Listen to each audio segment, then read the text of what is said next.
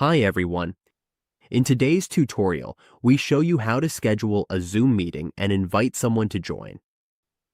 Whether we're planning a meeting for work, school, or personal use, setting it up in advance and sharing the invite helps keep everything organized and easy to access. On the Zoom dashboard, to schedule a meeting, just click the Schedule a Meeting option. Enter the details in the form and fill in the topic, the date and time, and the duration of the meeting. To add someone, enter the email address of the person we want to invite. For example, zeroarrow@email.com. From here, configure any remaining settings and click Save.